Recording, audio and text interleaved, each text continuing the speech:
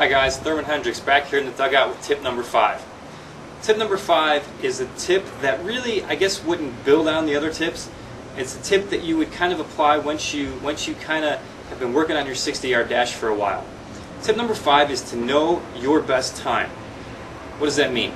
Well, it's really weird in that sometimes, you know, when I'm working with my athletes, I notice that after a while we start to develop a pattern.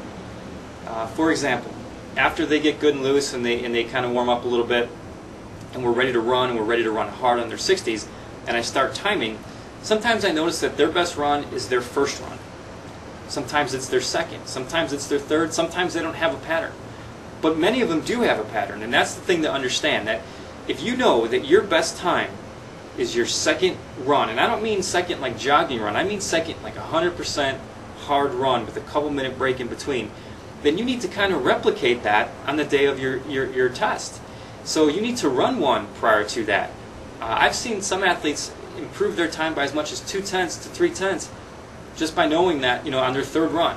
And if for some reason their third run is always their best run, and then they start dropping after 3.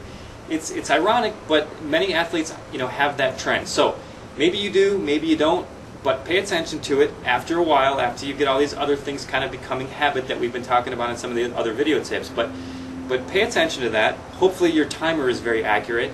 You don't want to assume that you are the third run if the person timing you is always different. Usually I would try to get that timer to be a consistent person.